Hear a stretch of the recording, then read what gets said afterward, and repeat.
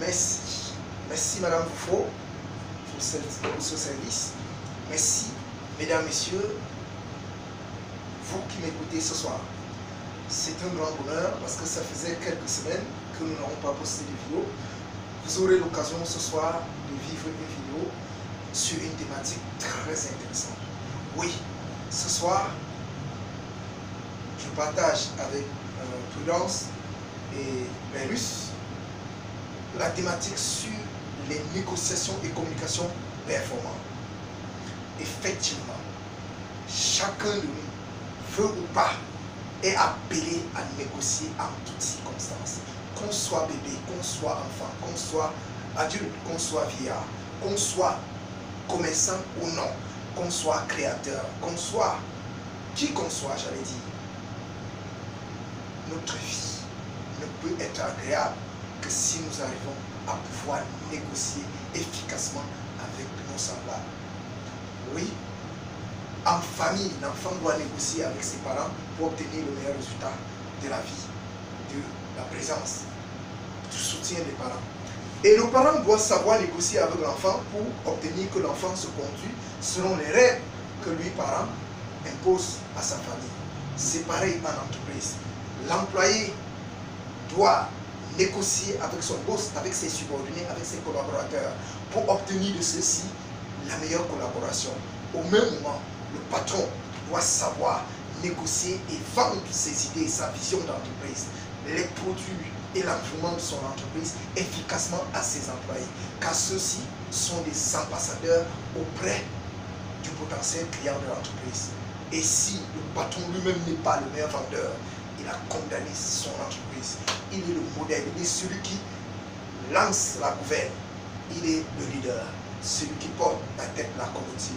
Si il est efficace, s'il montre mieux le chemin, alors il aura des ambassadeurs déterminés, efficaces à répandre comme une poudre la qualité, l'emblème, je vais dire le label de son entreprise autant que de ses produits ou de ses services. Et ainsi, cette entreprise va se distinguer.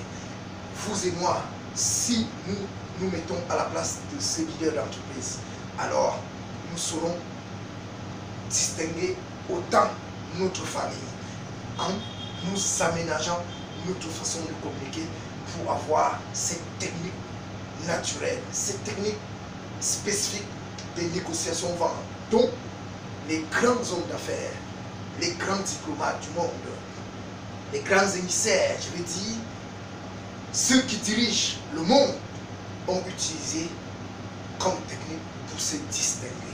Oui, chacun de vous peut se distinguer par la qualité, par la nature, par la teneur de ses communications ou encore par l'harmonie qu'on peut retrouver dans l'agencement de ses propos, par la structure magnifique de son langage. Effectivement, beaucoup d'entre nous souffrent. Oui, nous souffrons de cette malice, ne pas être capable d'introduire une communication, ne pas être capable de s'introduire auprès d'une sœur, auprès d'un ami, auprès d'un patron pour solliciter un emploi, ne pas être capable de se vendre, de vendre ses idées, de vendre son travail, ne pas être capable de vendre son produit. Oui, on croyait que les plus grands efforts, c'était de créer une œuvre, un produit. Mais aujourd'hui, ce n'est plus comme à l'ancien temps. Et il fut un moment où produit était la meilleure chose qu'une entreprise pouvait faire pour gagner de l'argent. Mais aujourd'hui, ce n'est plus produit. La fonction principale de toute entité, de toute entreprise, de l'être que nous sommes, de la famille, de la communauté, de l'entreprise, c'est vendre. Oui, savoir vendre soi-même, savoir se vendre, soit vendre ses idées, soit vendre son travail, savoir vendre sa famille, son entreprise, les produits de son entreprise, c'est la meilleure qualité qu'il y a pour se distinguer, pour amasser de l'argent.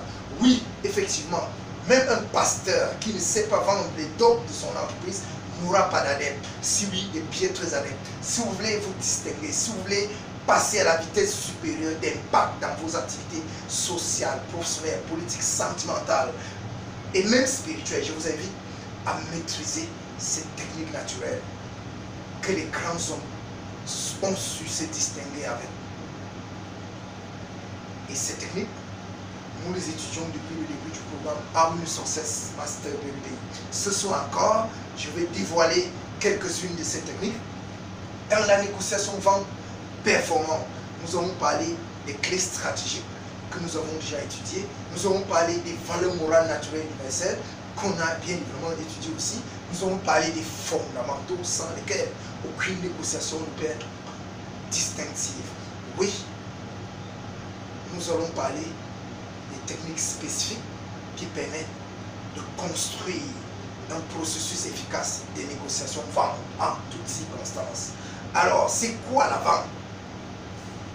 La vente, c'est savoir mener des pourparlers avec ses semblables.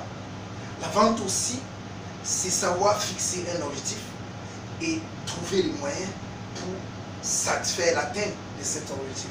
La vente aussi, c'est savoir construire ses propos et les présenter de manière à impacter son vis-à-vis ou ses interlocuteurs. La vente, c'est savoir se disposer de manière à être accueilli agréablement et de façon conviviale par ses semblables où qu'on soit. La vente, c'est savoir présenter les produits de son entreprise et de manière aussi agréable que celui qui les achète se sent obligé d'avoir ce produit. Oui, la vente, c'est le métier des métiers. Sans vente, vous êtes condamné. Et là, nous comprenons qu'il est vraiment important de connaître les grands enjeux de la vente. Quels sont les objectifs spécifiques de la négociation vente performante? Réussir à accomplir des résultats distinctifs, réussir à amasser suffisamment d'argent, réussir à faire un chiffre d'affaires qui vous distingue totalement, réussir à s'imposer, oui, faire accepter ses opinions, faire accepter ses propos, réussir à se distinguer et devenir le leader, le centre d'attention, celui par qui tout passe, celui dont les opinions résonnent comme des étincelles de lumière pour ceux qui écoutent. Oui, vendre, c'est confisquer les attentions de manière à asseoir dans les esprits de ceux qui t'écoutent la philosophie de ta vie, tes propres idées. Bref, vendre, c'est être. Et si vous voulez être de la plus belle des façons, soyez un bon vendeur. Si vous connaissez ces enjeux, si vous voulez les atteindre, je vous invite à suivre les techniques dont je vais vous proposer. Mais avant, qu'est-ce qui fait un piètre vendeur? Qu'est-ce qui nous empêche d'être un fin négociateur? Qu'est-ce qui nous empêche de réussir les négociations et communications performantes? Je vais rappeler les choses qu'on a déjà dit ici. Vous le savez déjà. Nous avons dit, si tu es ignorant de qui tu es, si tu ignores quelles sont tes origines, si tu ignores quelle est ta vraie valeur, ta véritable nature, si tu ignores quel est ton véritable but dans la vie, veux ou pas, tu es condamné. Tu ne sauras jamais être un négociateur, un vendeur performant. Ça, c'est vrai. Si on ignore d'où on vient, si on ignore qui on est, si on ignore où on va, on est perdu. On est sans repère. On est un homme qui dérive au cri des vents et des marées. Donc, première cause, je vais dire la cause fondamentale du manque de qualité dans nos négociations, c'est l'ignorance que nous avons de nous-mêmes. Si on ignore qui on est, on ne saura pas s'en servir de soi-même pour se déployer au niveau émotionnel, au niveau mental, au niveau verbal comme au niveau opérationnel. La vente aussi, nous n'arrivons pas à céder à la qualité dans les négociations à cause du manque de confiance en soi. Oui, si vous ne croyez pas en vous, ce n'est pas à vos idées, ce n'est pas à vos propos, ce n'est pas à vos gestes que vous allez en croire. Si vous ne croyez pas à votre produit, ce n'est pas ce produit que vous allez faire une renouée, que vous allez imposer dans une concurrence commerciale. Si vous ne croyez pas en vous, ce n'est pas à une femme que vous allez vous vendre cher. Si vous ne croyez pas en vous, vous ne saurez même pas devant vos parents obtenir ce qu'ils ont mis gracieusement pour vous accompagner dans votre développement. Donc, si on manque de confiance en soi, on est condamné. Mais le manque de confiance en soi vient de l'ignorance qu'on a de soi-même. Puis, la vente j'allais dire, les piètres vendeurs sont ceux qui manquent de l'attitude positive permanente. Car, comme on dit bien, cette loi naturelle, la loi du miroir qui fait que la nature nous retourne toujours ce que nous lui présentons. Si vous êtes un homme positif, généralement, dans les situations de contact, les gens vont vous retourner cette positivité que vous avez là-dessus et les envoyer. Et là, grâce à la positivité, vous pourrez vous asseoir dans la maîtrise des techniques de négociation de vente spécifiques. La vente aussi peut être un obstacle, un problème pour celui qui n'arrive pas à rentrer en harmonie avec les forces de son environnement. Car vendre, c'est imaginer un résultat. C'est sentir ce résultat s'accomplir dans son esprit. Et ce que l'esprit peut voir et croire, l'esprit peut le matérialiser. Donc très souvent, notre corps, notre bouche ne matérialise que la finalisation de ce qui a déjà été accompli. Donc vendre, c'est surtout savoir construire une saine relation d'harmonie avec tous les éléments de son environnement. Au cours d'un process de vente, la pluie peut vous casser la vente. Si vous avez peur des coups de pluie sur vous, si vous n'êtes pas en harmonie avec les forces de la pluie, le vent, le soleil, la lumière du jour peut vous empêcher de réussir une négociation. Si vous n'êtes pas apte, vous pourrez vivre la souffrance dans une situation de négociation. Du coup, je vous conseille ce message. Oui, c'est juste une pensée qui dit que la panthère a ses tâches en dehors et l'homme a les siens en dedans. Réussir à être en harmonie avec son environnement, c'est créer d'abord l'harmonie intérieure. Car sans changement intérieur, pas de changement extérieur. Et comme nous sommes à l'extérieur, la photocopie exacte de ce que nous sommes à l'intérieur. Si vous réussissez à être un bon vendeur à l'intérieur de vous, vous le serez à l'extérieur. Car tout ce qui est dehors n'est que des ramifications pour ce qui est à l'intérieur. Voilà ce qu'on ne doit pas être si on veut être un bon vendeur. Du coup, vous connaissez les conséquences d'être un piètre négociateur. Je vous invite maintenant à assimiler les techniques naturelles qui ont distingué les grands hommes, les grands orateurs, les femmes qui impactent dans le monde des affaires, dans les familles, dans les communautés. Nous allons parler du processus naturel des négociations de vente. Ce processus est en 4 étapes. Étape 1, c'est l'étape de la rencontre. Ça s'appelle en langage technique de la vente le contact. Le contact, c'est le moment où le vendeur ou le supposé vendeur rencontre son prospect, le supposé client. Si à cette étape-là, vous êtes convivial, vous serez agréable à l'écoute, vous serez agréable à vivre par votre prospect, par votre client, par votre interlocuteur. Et pour être convivial, vous êtes obligé d'avoir au sein de votre cœur la magie de l'action, l'amour inconditionnel. Oui, sans savoir aimer, sans limite, sans condition, vous ne saurez jamais déployer à l'extérieur les signaux de la convivialité, le bon sourire, le bon regard, la bonne gestuelle, la bonne allure. Et si vous arrivez à avoir cet amour qui est la fondation même de toutes les forces de communication, vous allez vous distinguer dans ce contact. Et du coup, vous serez un homme convivial parce que vous saurez accorder gracieusement votre sourire, votre convivialité. Vous saurez couvrir votre vis-à-vis des compliments, j'allais dire des éloges sincères qui viennent tout droit de votre cœur. Et comme l'homme ne recherche que la grandeur, partout où vous pourrez accorder ce précieux à quiconque, vous tiendrez le chemin de son cœur.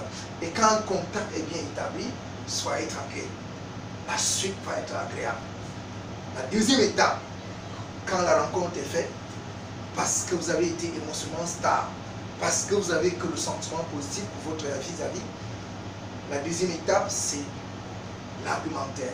L'argumentaire, c'est l'étape de la présentation. Vous présentez votre entreprise et enfin vous présentez le sujet pour lequel vous venez à la rencontre de l'autre. Vous présentez le produit pour lequel vous venez à la rencontre de l'autre. Et pour réussir là-bas, il faut être un extraverti. Il ne faut pas être seulement un extraverti, il faut avoir une ouverture d'esprit. Savoir imaginer ce qui va être en accord dans vos propos, dans votre regard, dans votre gestuelle, avec les intérêts supérieurs de votre interlocuteur. Si vous êtes apte à le faire, vous saurez imposer vos idées aisément à votre vis-à-vis. Vous saurez montrer de façon agréable les avantages dont votre service, j'allais dire, les faits réels que le consommateur, le client, le prospect va profiter en consommant votre produit. Et ce faisant, vous allez le faire imaginer, se voir en train de jouir des profits dont lui apporte votre proposition, votre produit. Et du coup, il a déjà acheté intérieurement votre produit, il va manifester son intérêt ou alors il va objecter. Et objecter vous renvoie à une troisième étape. Objecter, c'est dire qu'un élément de la proposition n'est pas en accord avec ses attentes. Objecter, c'est remettre en cause votre argumentaire. Et à ce stade, la plupart des vendeurs profanes considèrent que la vente est perdue d'avance ou qu'elle ne sera pas rentable. Pourtant, c'est une belle opportunité. Le client vient de vous montrer ce qui fait tache d'huile. Il vient de vous montrer que c'est la couleur rouge qu'il a besoin. Il vient de vous montrer que c'est la taille qu'il a besoin. Si vous trouvez la taille convenable à ses attentes, la vente, elle est déjà conclue. Donc, objecter n'est pas un problème pour ceux qui ont souvent cru que objecter est un problème. Accueillez gracieusement les objections de vos prospects ou encore les plaintes, les condamnations de ceux qui vous entourent.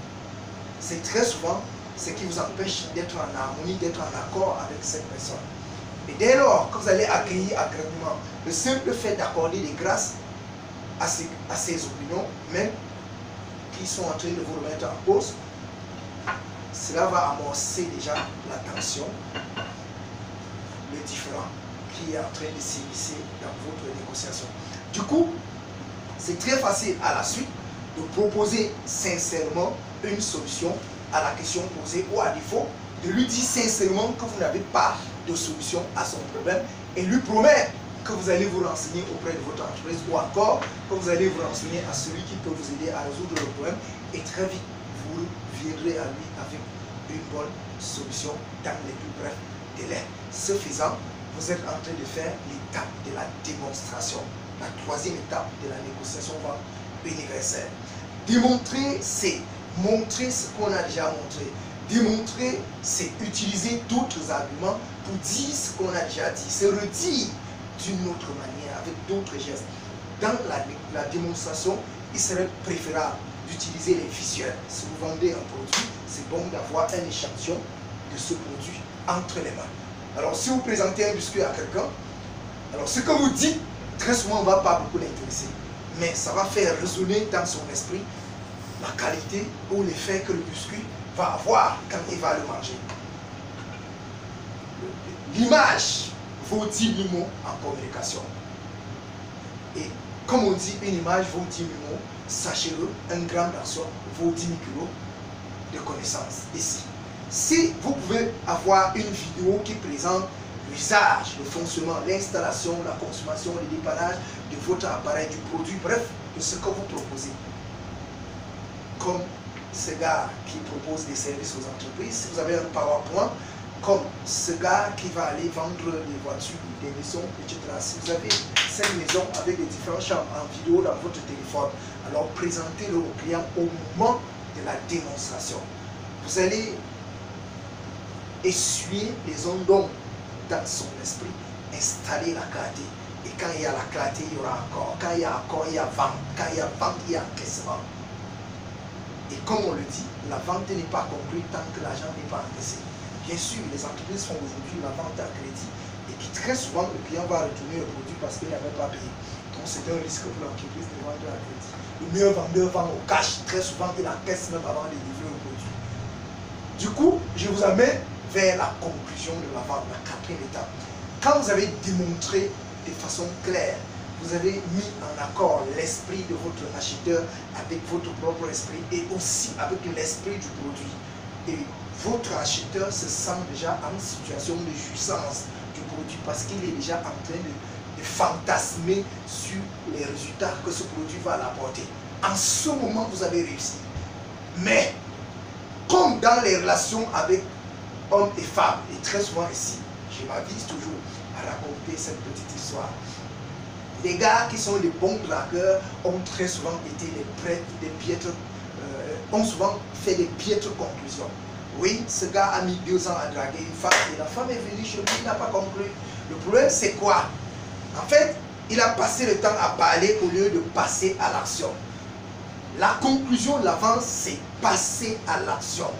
On a déjà dit tout ce qui était possible de dire, il faut aller à l'action. Mais du coup, le gars qui dit à la femme, je t'invite dans la chambre, ce gars va échouer. Et le gars qui prend la main de la femme et la main sans rien dire, il va réussir. C'est justement ça la question. Ce tabou est un meilleur exemple. Oui, il y a eu de bons dragueurs qui n'ont pas réussi à conclure.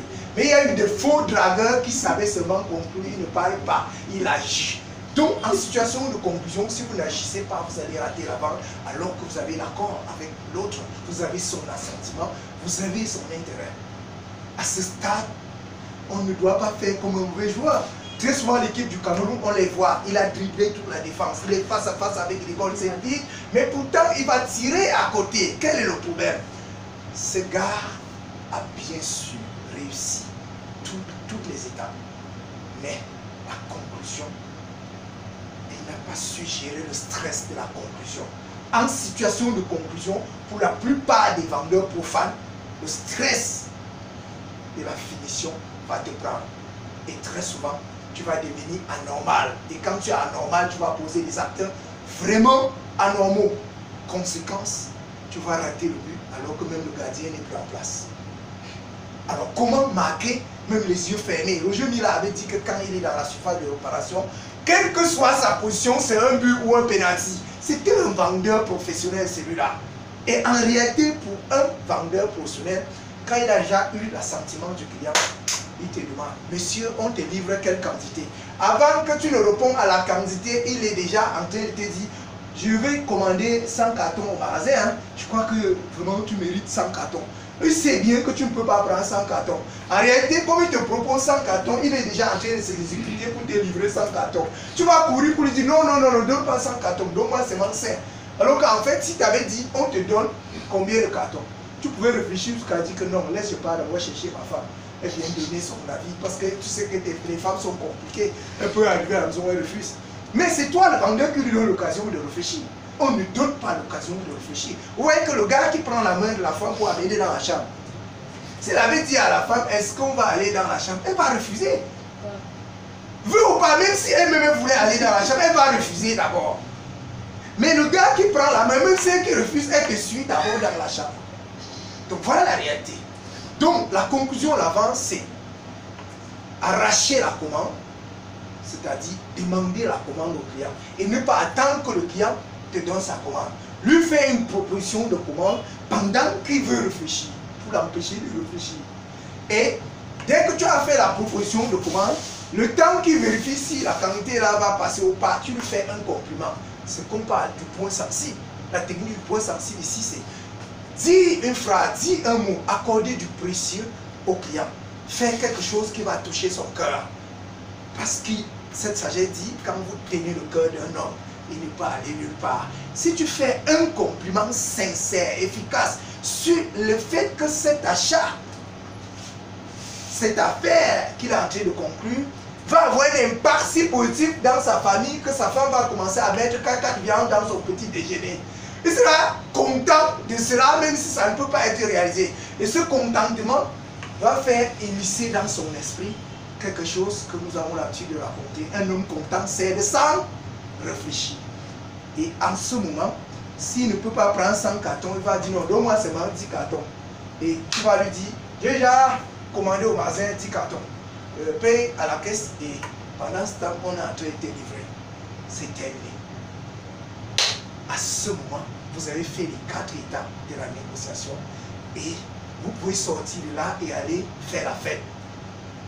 Donc, veut ou pas, ceux qui peuvent assurer ces 4 étapes vont se distinguer en toutes circonstances dans leurs relations humaines. Et moi, j'ai pris plaisir à vous présenter ce processus de négociation vente en 4 étapes. Nous avons dit qu'il y a l'étape du contact et de la rencontre, Et à cette étape, il faut s'assurer qu'on arrive à être convivial, c'est-à-dire agréable à l'écoute. Nous avons dit qu'il y a une deuxième étape qui s'appelle la présentation ou encore l'argumentaire. À cette étape-là, il est question de présenter, se présenter, présenter son entreprise et surtout présenter son produit ou la raison pour laquelle vous venez à la rencontre du vis-à-vis. Et au sortir là, nous avons dit qu'il y a une troisième étape possible. Si vous n'avez pas assuré efficacement la deuxième étape, il y aura une troisième étape qui s'appelle la démonstration. Et dans la démonstration, il est question de démontrer les arguments que vous avez, que le prospect a remis en cause. Vous devez redire d'une manière plus pertinente vos arguments pour essayer de gagner son accord. Et enfin, nous avons dit qu'il y a une quatrième étape et donc le but sincère pour marquer le pas, c'est d'agir. Oui, à la conclusion, le plus important, c'est de passer à l'action. Proposer au client la commande, arracher la commande chez le client, demander la commande. Et pendant que le client veut réfléchir, proposez-lui une quantité. Et au moment où vous avez proposé cette commande, passez-lui un petit précieux, accordez-lui un compliment, donnez une éloge sincère qui va toucher son cœur. Pendant qu'il sera content, on dit qu'un homme content c'est un réfléchi. Et à ce moment, dis-lui qu'on est déjà en train d'apprêter son stock. Pour le livrer, il n'a qu'à verser l'argent à la caisse pour voir que sa livraison va arriver plus vite à la maison. Là, il peut y avoir d'autres contours autour de la vente, comme les arrangements, si c'est vous qui allez livrer le produit du client, si on est dans le cadre d'un magasin. Mais ici, si on est dans la négociation en famille, on n'aura pas ces aspects. Si c'est négociation entre collègues, on n'aura pas ces aspects. Bref, je vous remercie de m'avoir écouté et j'espère que vous saurez passer à l'action et marquer le pas d'ici dès l'instant présent pour devenir des vendeurs distinctifs. Merci encore de m'avoir écouté. Excellente soirée à vous.